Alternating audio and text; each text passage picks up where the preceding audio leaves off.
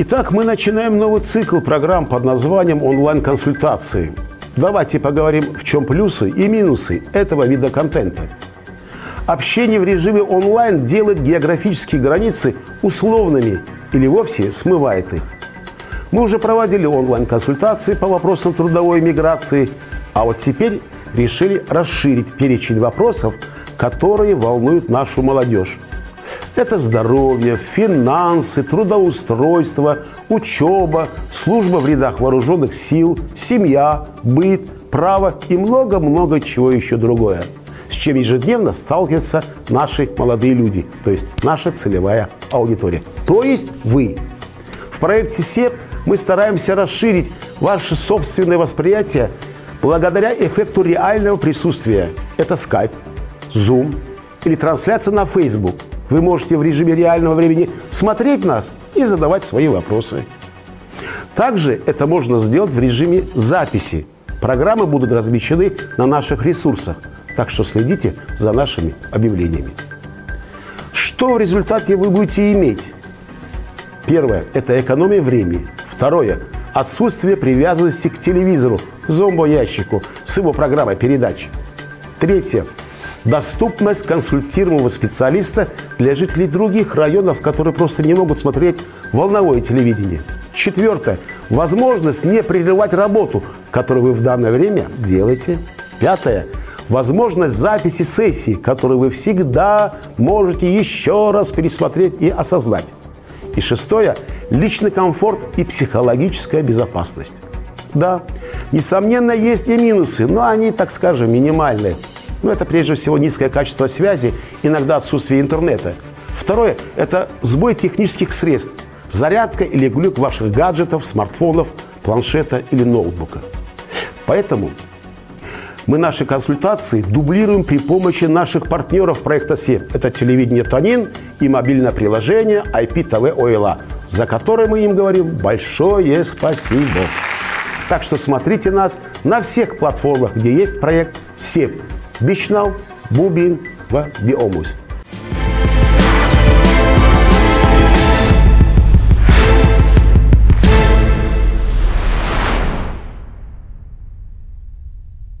Уважаемые друзья, и на эту тему мы сегодня поговорим с ведущим врачом многопрофильного медицинского центра «Синапс» Азизовым Амирджоном. Я вас приветствую, Амирджон. Здравствуйте. Добро пожаловать к нам. Клиника, одним из основных направлений которого является лечение неврологических расстройств у людей.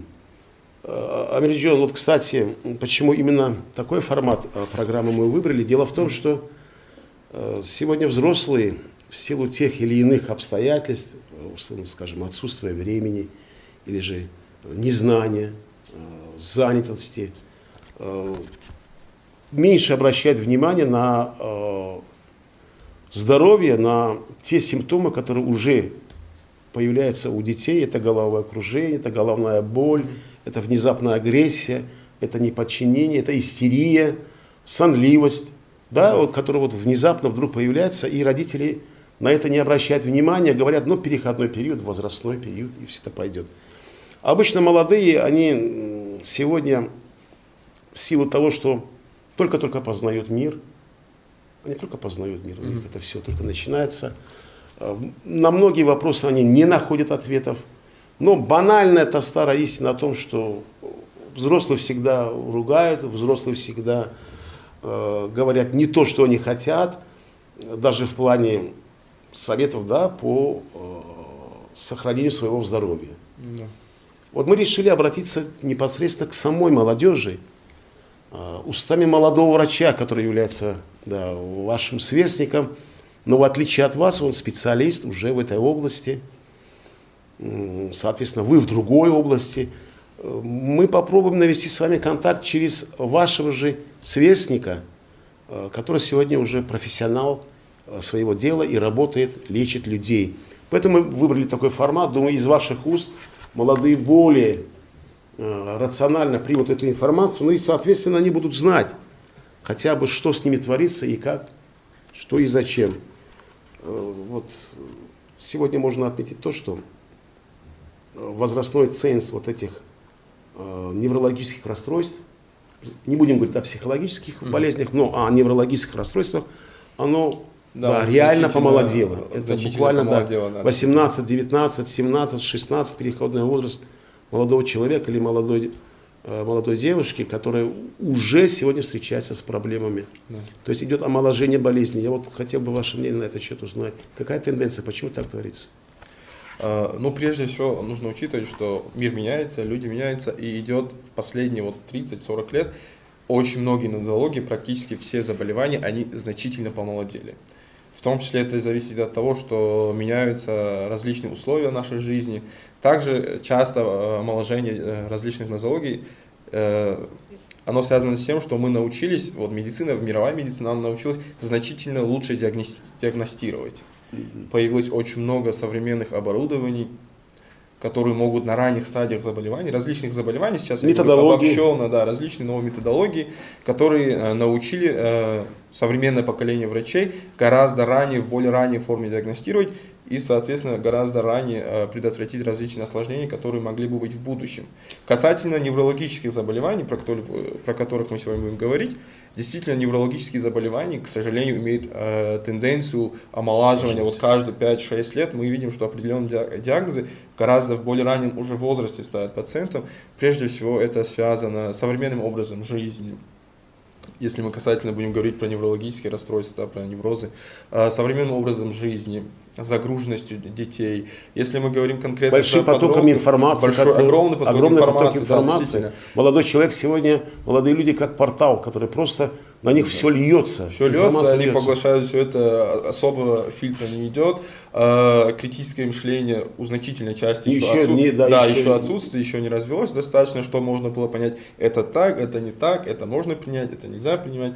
Огромный поток информации, про который мы говорили, огромная загруженность и самих детей здесь можно отметить, потому что современная тенденция в нашем городе, в нашей стране, далеко ходить не будем, дети учатся до 2, до часу дня, дальше у них один кружок, потом второй кружок, английский язык, математика, химия и так далее.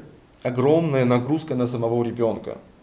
Также можно отметить, что очень многие дети, к сожалению, сегодня они предоставлены сами себе, потому что такова есть жизнь такова, нашей жизни. Да, это социальная занятость родителей. Да, очень загружены сами родители до поздней ночи, не ночи, может, до вечера все работают. И дома они думают о работе. Да. Что сделать завтра, как быть, куда пойти. Естественно, да. И часть нашего общества, которое, к сожалению, так получилось, что дети растут в неполных семьях, даже не всегда это развод родителей или отсутствие родителя. Часто такое явление есть, это никто не может скрыть, что часть родителей всегда находится в трудовой эмиграции, они работают за пределами своего дома. Бывает такое, что дети, они предоставлены более взрослому поколению родителей, даже незнакомым людям. Да, бабушки, дедушки или какие-то близкие другие родственники. И, естественно, психологический дисбаланс происходит у ребенка. Атмосфера семейная, которая должна быть, она, к сожалению, сегодня немножко нарушена. Также огромные различные о том, что мы говорили, что дети предоставлены сами себе, различные компьютерные игры, очень много из которых там есть возрастные ограничения. В часть игр нельзя играть детям до 18 лет, в часть игр нельзя играть детям до 16 лет. А знают ли об этом родители? Я хотел к этому и подвести, что дело даже не в том, что знают или не знают. К сожалению, есть такое явление, что не всегда на это обращают внимание. Да, есть ребенок, он сидит дома, он чем-то занят, и родителю как-то бывает такое, что нету не потому, что нету дела, просто нету времени, не хватает времени на детей. Часто в семьях по 3, по 4 детей, детей, как правильно. Амирджон, мы о семье еще успеем поговорить. Здесь, когда мы говорим, что идет процесс становления личности, и молодой человек взрослеет, готовит себя, вступает в взрослую жизнь, в принципе, молодой человек сам тоже должен осознать, что это сложный путь, это путь большой ответственности, между прочим. И здесь я хотел бы все-таки повернуть линию нашей беседы в том направлении, что взросление каждого ребенка для папы и мамы, для семьи это праздник. Безусловно, это один из периодов, когда приятно наблюдать, как ребенок становится взрослым. Положительные моменты взросления — это кипучая энергия, это становление физиологического, роста мышц, когда видишь, что усики появились у твоего сына, или дочь уже стала, глаза уже взрослые, да, это планы, которые они строят на будущее, это положительная сторона. Но в то же время есть отрицательные аспекты, это неврозность, это такой тихий бунт, который они иногда проявляют, это непослушание, это отрицание всего того, что вокруг рядом творится. Это депрессии, это вспышки гнева, это агрессии, это под малейшим неправильным каким-то действием уже начинается соответствующая отрицательная реакция. Это несдержанность самой молодежи. То есть я сегодня хотел бы сказать, что прежде чем перейти на беседу с родителями, молодые люди тоже должны осознать, прежде чем им дать свободу, мнимую свободу, о которой они мечтают, она чревата какими-то обязательствами и правилами игры. То есть абсолютная свобода как таковой анархии не бывает. Бывает свобода с долей ответственности, с долей каких-то обязательств, прав. И вот раз мы вернулись насчет семьи, мы говорим о семье, как об основной ячейке любого гражданского общества. Вкратце бы хотелось узнать роль семьи, атмосфера в семье именно в процессе становления молодых людей при переходе в взрослую жизнь. Хорошо. Я хотел бы вот чуть-чуть остановиться на тех жалобах, про которые, ну не жалобы, а симптомы, которые вы озвучили, раздражительность, неврозность и так далее. Вот это типичный, характерный, вот можно сказать, по учебнику жалобы, которые часто бывают у пациентов, у которых называется невроз. Поэтому, прежде всего, что такое сам вот невроз? Да? Невроз – это обратимое состояние нервной системы. Кстати, обратимое, уважаемые молодые люди должны знать, что это процесс обратимый, если, соответственно, вовремя лечиться. Естественно, да. Это обратимое состояние нервной системы, это ответ организма нервной системы на определенный раздражитель, то есть постоянная усталость, непонимание головокружение. Головокружение. Определенные раздражители, которые вот такую естественную ответную реакцию организма и вызывают.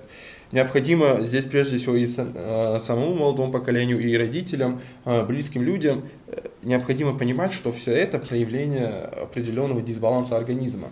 Нельзя здесь ругать ребенка, необходимо обратиться к специалисту. Это влияние внешних факторов? Да, внешних факторов, внутренних факторов, общего состояния, возраста ребенка. Иногда физиологического состояния. Физиологического состояния, да, конечно.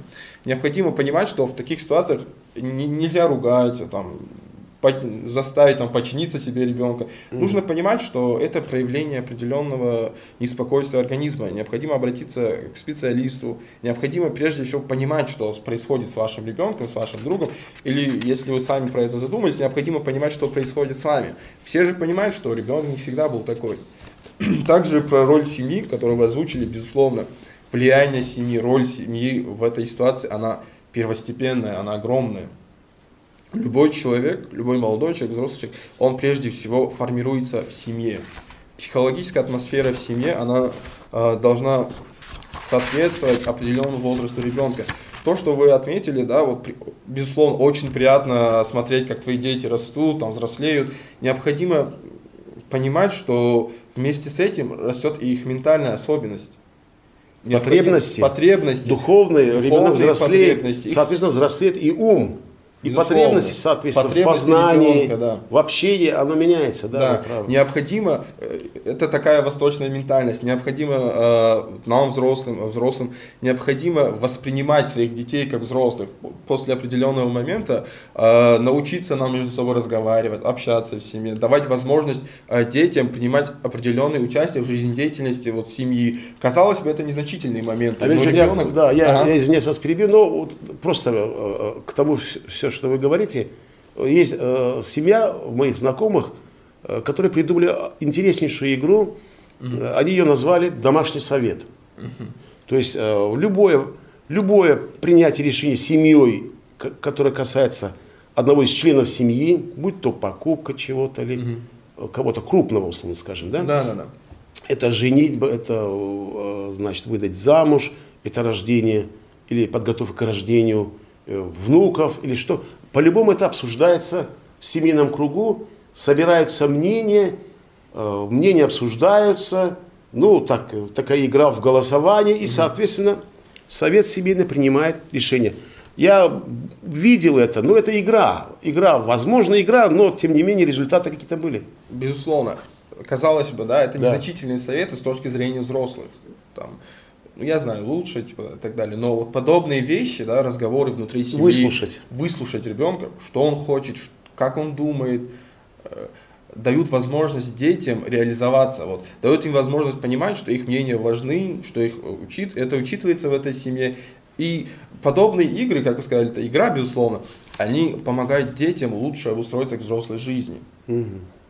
Они должны осознавать, что их превосходство не дает им преимущества. Бывает же такое, очень много подростков в силу своего физического состояния, да, они, ну понятно, что дома есть отец более сильнее, чем он более сильнее, чем его сверстники, и таким образом они самоутверждаются за счет своего окружения. То есть готовить ребенка к тому, чтобы он уже сегодня, пробуя давать совет, в будущем все-таки давал советы родителям. Безусловно. Потому что необходимо подготовить детей к тому, что необходимо научить детей к тому, что взрослая жизнь, обычная жизнь, вот человеческая жизнедеятельность, она подразумевает слушать и слышать. Необходимо научить детей к тому, что любая ситуация, она должна решиться посредством беседы и разговоров. Необходимо слушать и слышать других людей. Давать веру в успех и знать, что любая проблема, она решаемая. Безусловно, да. Будь то финансовая, будь то семейная, будь то другая проблема сегодня хватает, но они все имеют решение, если спокойно сесть, подумать, найти основу причины и нормально разобраться. Да. Необходимо, я бы хотел отметить, что необходимо создать, это советы всех ведущих психологов, врачей, необходимо создать такие условия, такое психологическое состояние ребенка, чтобы он понимал, в любой непонятной, для него, казалось бы, сложной ситуации, он может обратиться к родителям. Он должен понимать, что первый, кто ему объяснит, первый, кто ему расскажет, это его родители. У нас часто такое есть, что дети, у них что-то случилось в школе. Делятся с друзьями. Да, делятся с друзьями. Они боятся про это рассказать своей семье, своим родителям, потому что первая реакция в семье, то, что мы можем наблюдать, это будут ругать ребенка. Вот получается так, что молодые люди тоже, это не только обязанность родителей.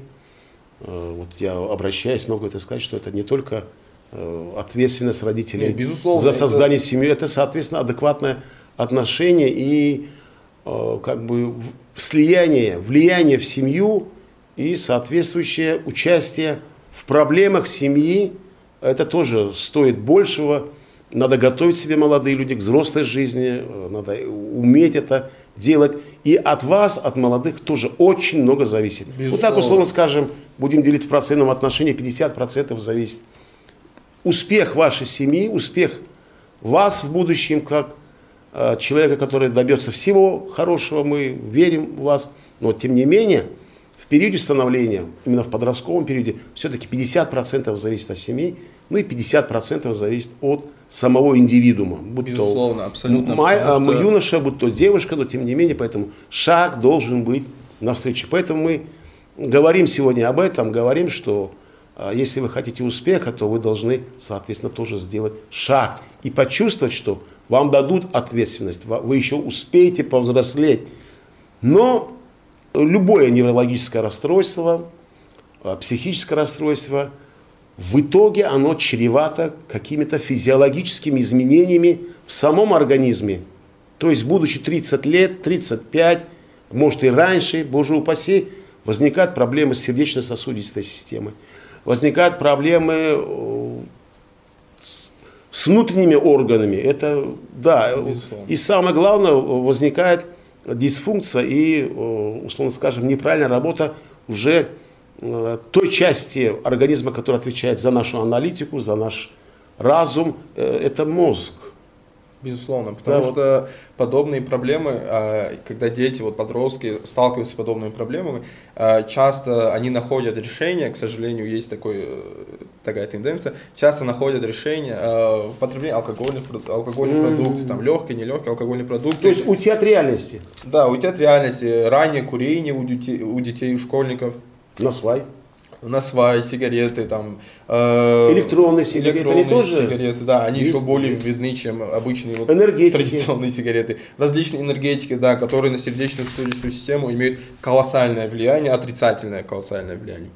Я хотел бы остановиться на той части, про которую говорю, что, безусловно, как у нас говорят, зависит и от детей, и от взрослых. Есть 50% взрослых. Часто у нас есть такое, что он подросток, он считает, что все против него, он знает все лучше всех. И когда родители пытаются достучаться, родители, бабушки, дедушки, мы часто можем наблюдать такое, что вот ребенок, он внутренне ощущает, что вот его никто не понимает, весь мир против него. Необходимо, прежде всего осознавать, что какая бы ситуация сейчас вот с нашей точки зрения, да, с точки зрения ребенка, да, это возможно отсутствие в начальном периоде у молодых людей аналитического склада ума. У них это все со временем придет. То есть нельзя требовать от второклашки или первоклашки решать задачи алгебры, там, уравнения с тремя неизвестными. Он еще на уровне математики, на уровне палочек. Поэтому вы еще не готовы и психологически, и жизненно, вы еще не готовы к решению аналитических проблем, аналитических... Необходимо советоваться, спрашивать, осознавать ситуацию. Родители, вот старшие, там, у всех же такое бывало в подростковом возрасте. Мама, там, папа, брат, сестра, там, дядя, тетя, бабушка, дедушка. Вот наши взрослые, прежде всего, когда они что-то советуют, они делают это от любви, от большого любви к своему ребенку, к своему внуку, к своему брату или сестре. Они осознают, ни один родитель не хочет плохого для своего ребенка, ни один бабушка или дедушка, они не хотят навредить своему ребенку. Они, наоборот, пытаются всегда нам подсказать, что лучше было бы, что легче было бы, что правильнее было бы. И в этой ситуации, как мы уже говорили, что родителям необходимо научиться понимать своих детей, ровно так же необходимо подросткам научиться понимать своих взрослых. Иногда на некоторые вещи смотреть с их точки зрения.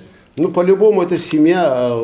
Взаимопонимание, взаимопонимание в любой в семье всегда должно быть взаимопонимание. В семье, вот мы говорим, ты папу любишь? Да. Ты маму любишь? Да.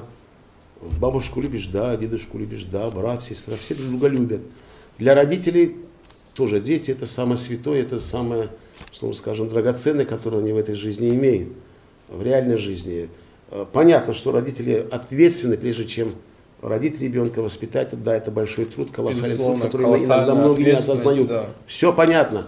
Но бывает иногда, я о внешних факторах говорил, которые просто от нас не зависят. Да.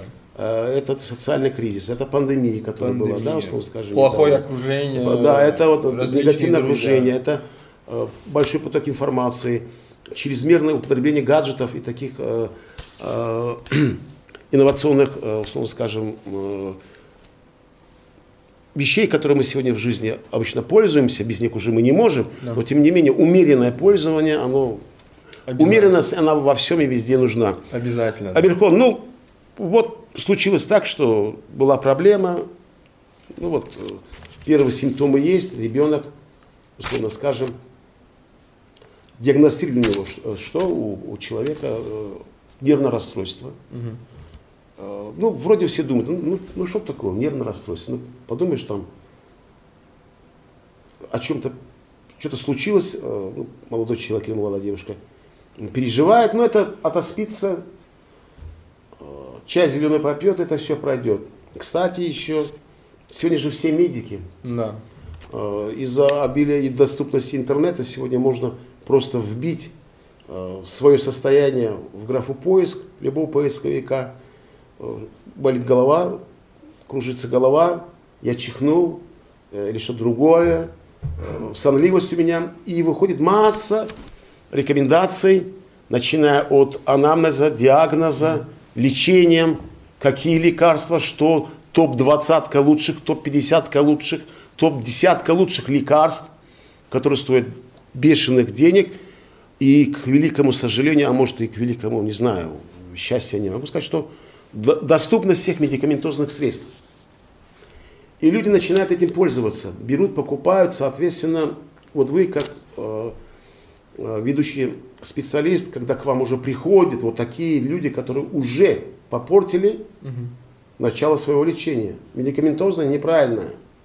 Это неправильная дозировка, это неправильный распорядок использования до сна, перед сном, до еды, после еды. Лечение любое, оно должно быть комплексное.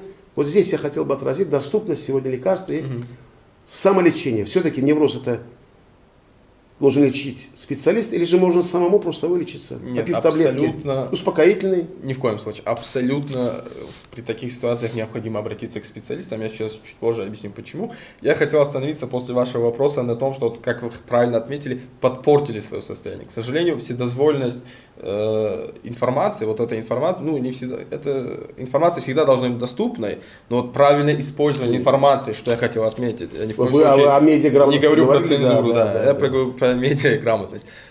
Очень плохо влияет, это одна из главных проблем современной медицины. В каждой из конференций всегда начинают тему с того, что вот так-то необходимо объяснять взрослым и детям, особенно взрослым, необходимо объяснять, что не все, что там пишут, это необходимо испытывать на собственном организме.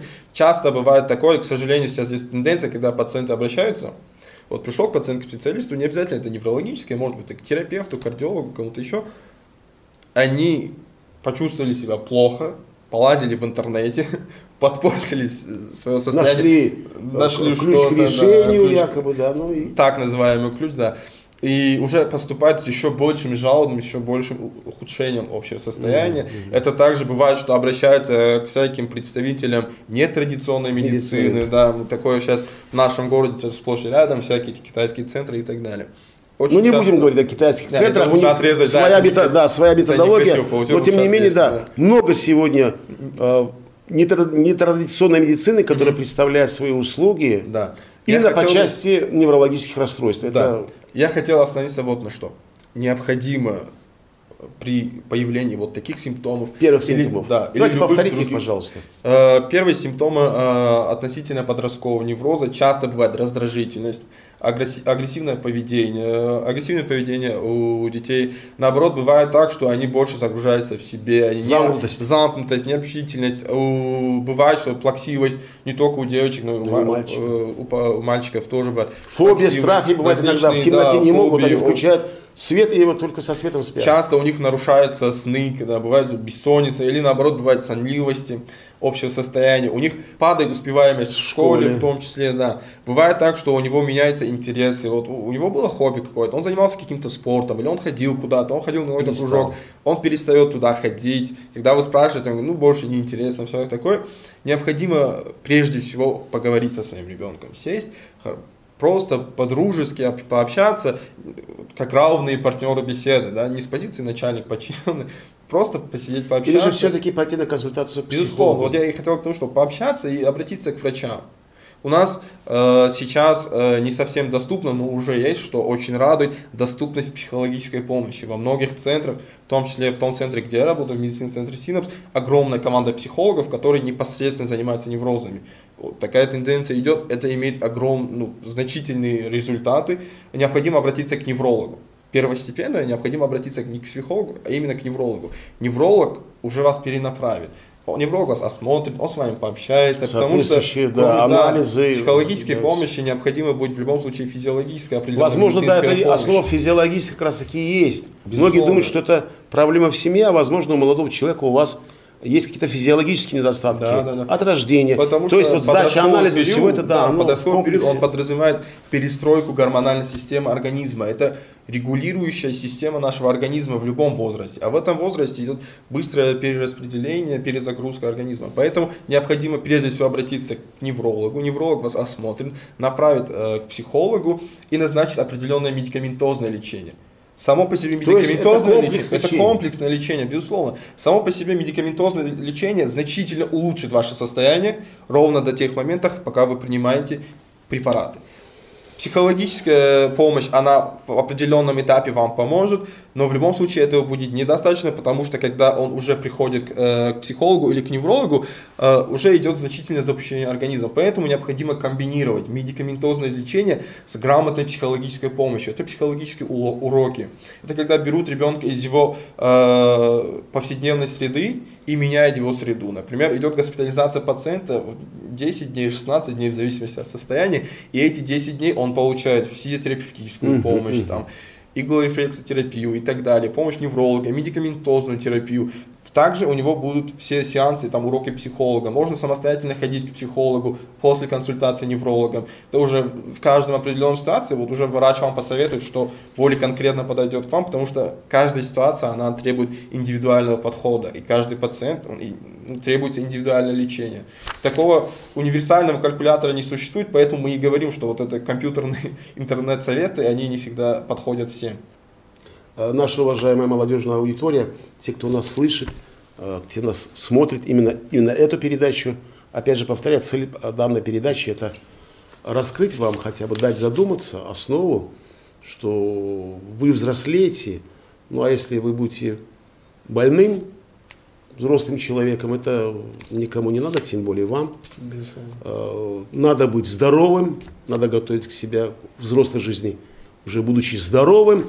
А основа всего это все-таки неврологическое, психологическое ваше состояние, которое иногда может быть основой других заболеваний. Поэтому мы с вами затронули эту тему.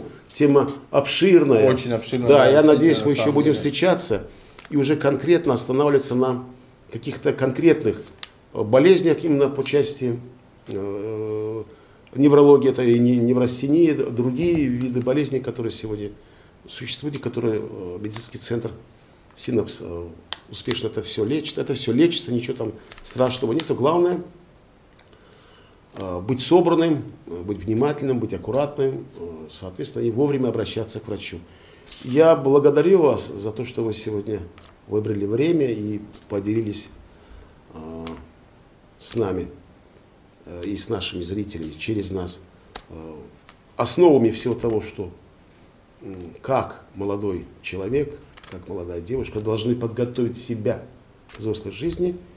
И часто наблюдаемые преграды в этом отношении, да, это неврологические расстройства. Если вдруг они у вас будут, то, соответственно, надо подходить к этому комплексно и, соответственно, с родителями, с теми, кто рядом, и, соответственно, с врачами. Поэтому